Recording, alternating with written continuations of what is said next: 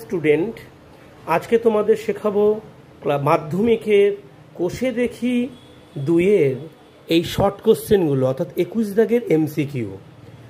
মাধ্যমিকের লাস্ট 10 বছর প্রশ্ন যদি তোমরা ফলো করো, দেখবে এই 5টা কোশ্চেন থেকে বহুবার এইখান থেকে শর্ট কোশ্চেন এসেছে। হয়তো একটু সংখ্যা চেঞ্জ করেছে, কিছু একটু চেঞ্জ করেছে, বাট অঙ্কগুলো কিন্তু খুব কমন অঙ্ক, ইম্পর্টেন্ট অঙ্ক। তোমরা মনোসংযোগ করে দেখবে এবং বাড়িতে প্র্যাকটিস করবে। ওকে, চলো ফার্স্ট অঙ্কটা কি বলেছে দেখো। বলেছে বার্ষিক 8% সরল সুদের হারে পি টাকার 1 বছরের সুদ যদি আই টাকা হয়, তাহলে এইখানে যে 3টে সম্পর্ক দিয়েছে বা 4টা সম্পর্ক কোনোটি নয় বলেছে, কোনটি হবে তোমরা টিক মেরে আসবে। তার আগে আমাদের ব্যাপারটা বুঝতে হবে।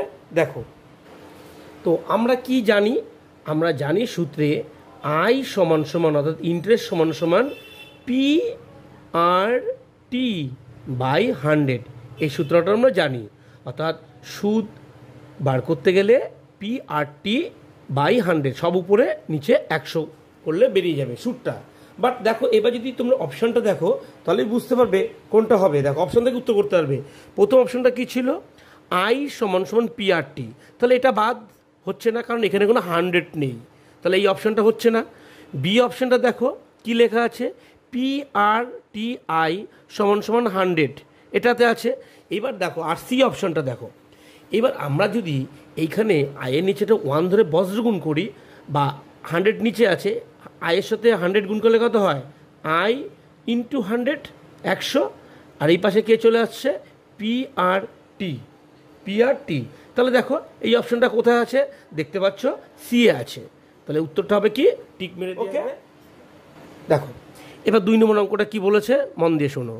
কোনো মূলধন একটি নির্দিষ্ট সময় সরল সুদের হারে 20 বছরে যদি দ্বিগুণ হয়, একটা নির্দিষ্ট সরল সুদের হারে যদি 20 বছরে ডবল হয়, ওই একই সরল সুদের হারে সেই মূলধনটাই 3 গুণ হবে, সেটা কত বছরে, কত টাইম লাগবে? তাহলে দেখো তোমরা কি করে করবে। আচ্ছা, আমরা মনে করছি মূলধনটা ধরে নিচ্ছি, আমরা ধরি মূলধন হচ্ছে, ধরে নিলাম 100 টাকা। মন দিয়ে বুঝবে। তাহলে যদি মূলধন মানে আসল পি যদি 100 টাকা হয়, তাহলে কত বলেছিল? দ্বিগুণ হবে সুদে আসলে। তাহলে সুদে আসলে যদি দ্বিগুণ হয়, সুদে আসলে সমান সমান, তাহলে কত টাকা হবে? দ্বিগুণ মানে 200 টাকা। তাহলে এর মধ্যে 200 টাকার মধ্যে সুদও আছে, আসলও আছে।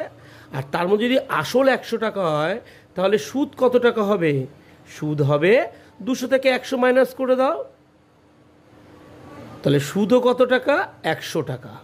তাহলে 100 টাকা আসল হলে 100 টাকা সুদ হচ্ছে কত বছরে? 20 বছরে, তাই তো?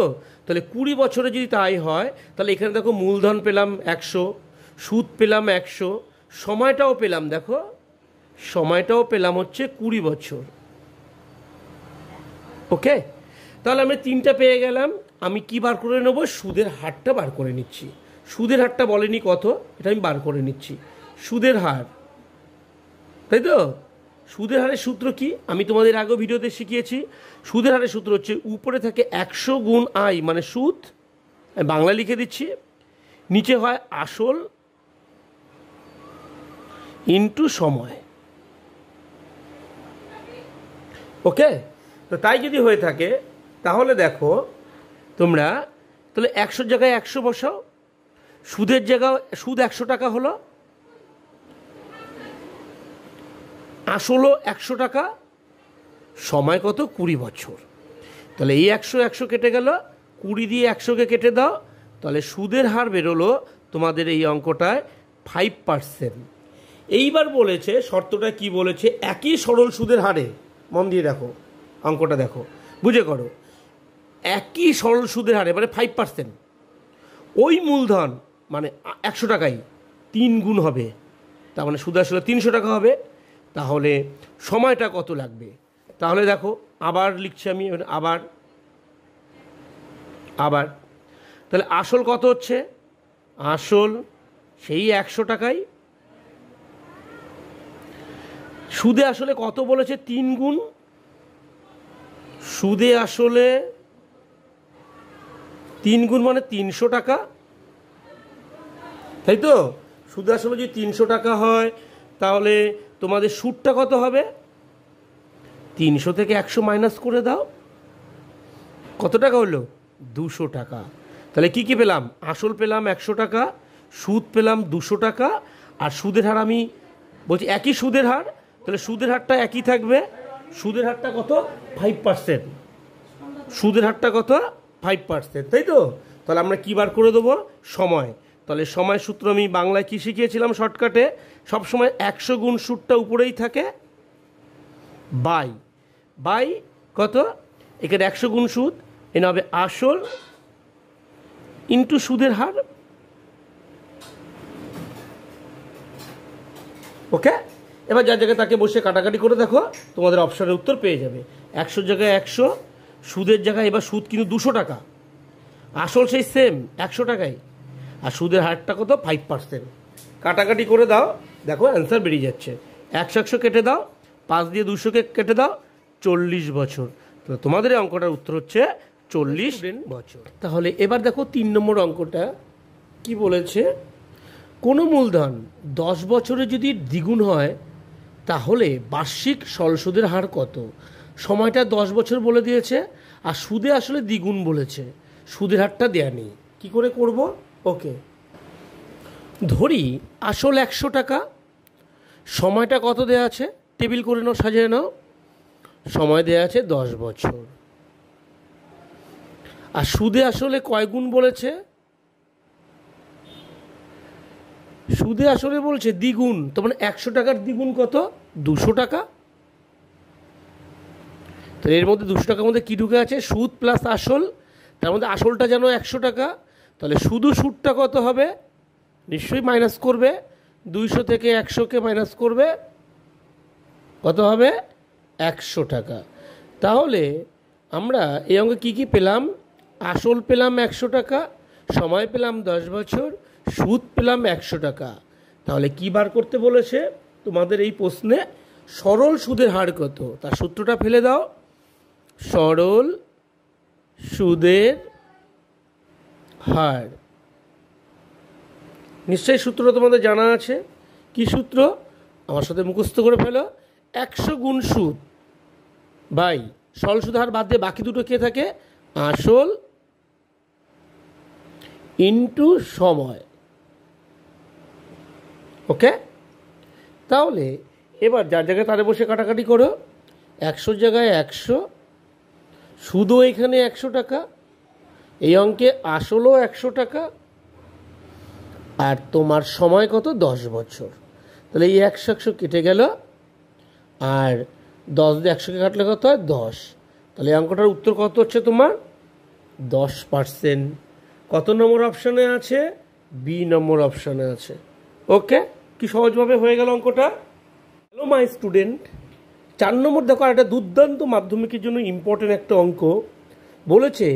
X% বার্ষিক সরল সুদের হারে কোনো মূলধনের X বছরে সুদ X টাকা হলে মূলধন কত?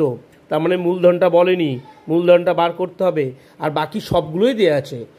শতকরা সুদের হার কত, মূলধনের সুদটা কত, আর সময়টা কত। তাহলে আমরা টেবিলটা করে ফেলি। তাহলে দেখো, আমি টেবিলটা আগে থেকে করে ফেললাম। বার্ষিক সরল সুদের হার তোমাদের বইতে দেওয়া আছে X%, সময় দেওয়া আছে X বছর, মোট সুদ দেওয়া আছে X টাকা। তাহলে বার করে ফেলো আসলটা কি হবে? নিশ্চয়ই তোমাদের জানা আছে। আসলের সূত্রটা কি? কি সূত্র বলো? 100 গুণ সুদ বাই আসল বাদ দিয়ে বাকি দুটো, সময় ইন্টু সুদের হার।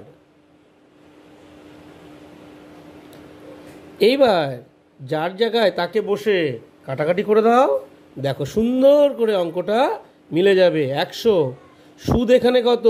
X, সময় কত? X বছর, সুদের হার কত? সুদের হারও X%। তাহলে এই X কি হবে? কেটে গেল, পড়ে রইল কে? উপরে 100, নিচে X টাকা, তাই তো?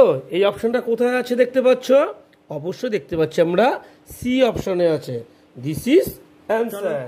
এবার তোমাদের কি আছে? সত্য মিথ্যা নির্ণয় করো। বলেছে বিয়ের এক দাগে বলেছে যে ব্যক্তি টাকা ধার করেন তাকে অদমন্য বলে। একদম সত্য, ঠিকই বলেছে। যে ধার করছে সে তো অদমন্যই, সে ঋণ নিচ্ছে, তাকে অধমন্য বলে ব্যাংকের হিসাবে। আর যিনি ধার দিচ্ছেন সে হচ্ছে উত্তমন্য।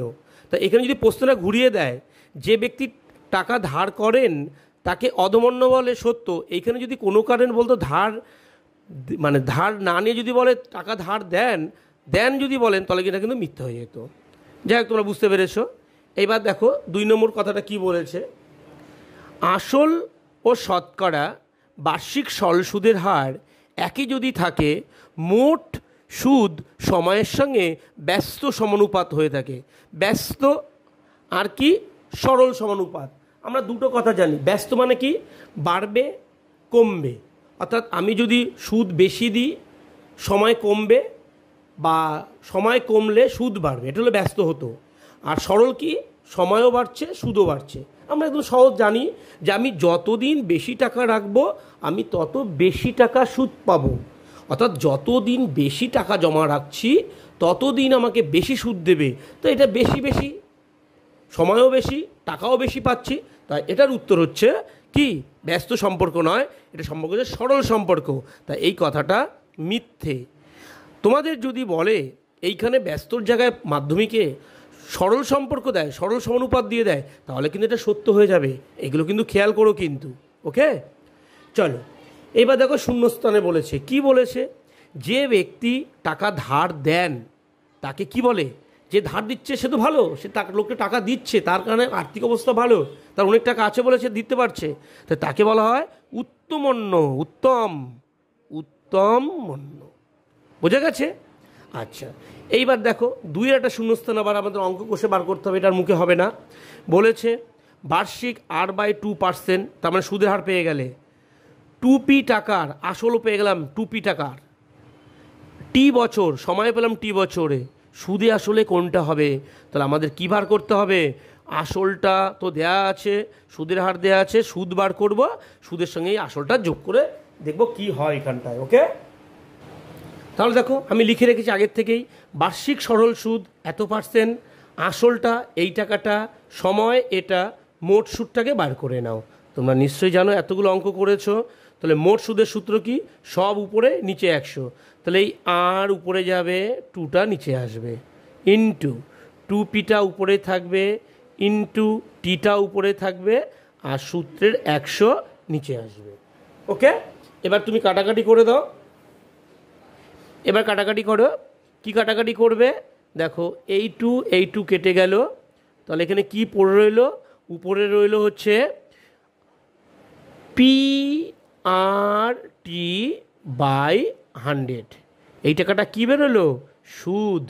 তাহলে তোমাদের উত্তরে কি চেয়েছে, অপশনে বলছে সুদে আসলে কত, সুদে আসলে, তাই তো? তার মধ্যে তোমাদের অপশানের মধ্যে আসলটা দেয়াই আছে প্রশ্নের মধ্যে, 2p দিয়ে যোগ চিহ্ন দেওয়া আছে। তাহলে যোগ চিহ্নতে কোনটা বসিয়ে দেবে, এই সুদটা বসিয়ে দেবে, এই টাকাটা বসিয়ে দাও দেখে দেখে, PRT/100, দিস ইজ অ্যান্সার। শূন্যস্থান এটাই হবে। ওকে, দেখো বলেছে 1 বছরে আসল ও সুদ আসলের অনুপাত 8:9। তার মানে 1 বছরে আসল যদি 8 টাকা হয়, সুদ আসল মিল হবে 9 টাকা। সরল সুদের হার কত? একদম একদম সহজ অঙ্ক। কি করবে, ধরে নাও, ধরি আসল 8x টাকা, এই সরি 8x ধরা দরকার নাই, 8 টাকা ধরলাম আসল। তাহলে সুদে আসলে কত হবে?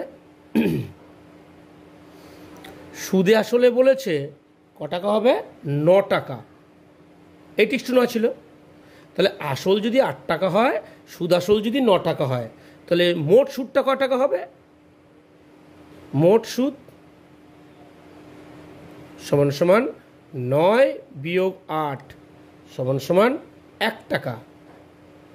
তাহলে আসল পেলে, সুদ পেলে, আর তোমাদের বইতে বলে দিয়েছে কি, সময় 1 বছর।